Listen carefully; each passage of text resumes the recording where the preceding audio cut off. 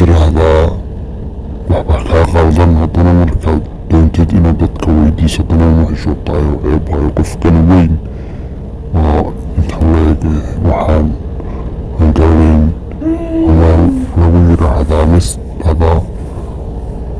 haddii arrimahaas waxaan ku hayaa barnaamij aad wax kasta oo salaada ku saabsan si fudud ugu heli kartid oo aanan kaga baahnayn wax haba yaraatee khad ah oo si toosaad markasta uga ogaan karto. aan idin tuso barnaamijka waa kan, waxaa la yiraahdaa barashada salaada. waa kawaniyadii calamkii barnaamijka ayaa imika kula hawlgalayaa. بسم الله الرحمن الرحيم. وكلا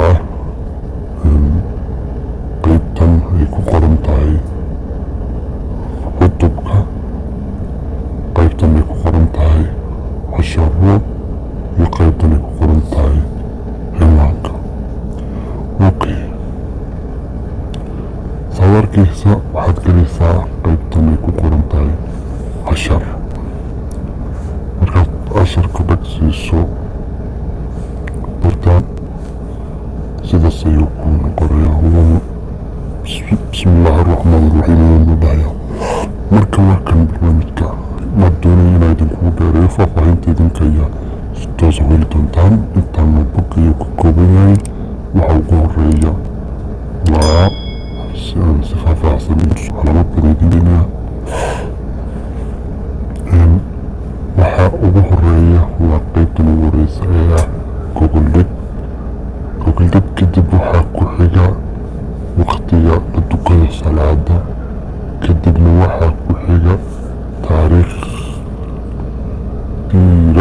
diirarka salaada, kadibna waxaa ku xiga waxyaabaha salaada qurxiyo, kadibna waxaa ku xiga kala duwanaanshaha rag iyo dumarka, kadibna waxaa ku sii xiga waa sahwiga salaada.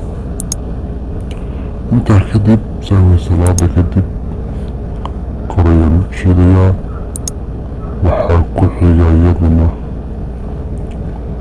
waa salaada jimcaha la tukado, waxaa ku xiga salaada xilliga safarka, waxaa ku xiga salaada maalinta jimcaha, waxaa ku xiga salaada maalinta ciida, waxaa ku xiga salaada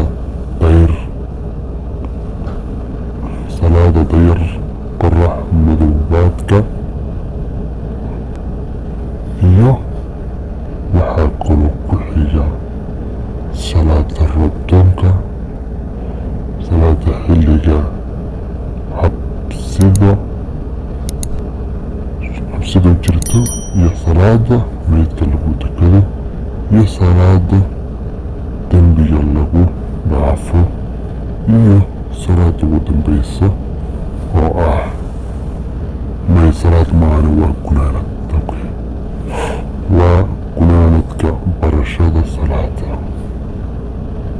marka waxaa filaya inaad aad iyo aada ugu heli doontaan. sidaa daraadeed waxaan idinkugula talinayaa hadiiba barnaamij teleefonkaaga uu ka banaan yahay qayb in aad soo dhegsataan barnaamijkan aadka iyo aadka muhiimsan ee aan idiin tusay.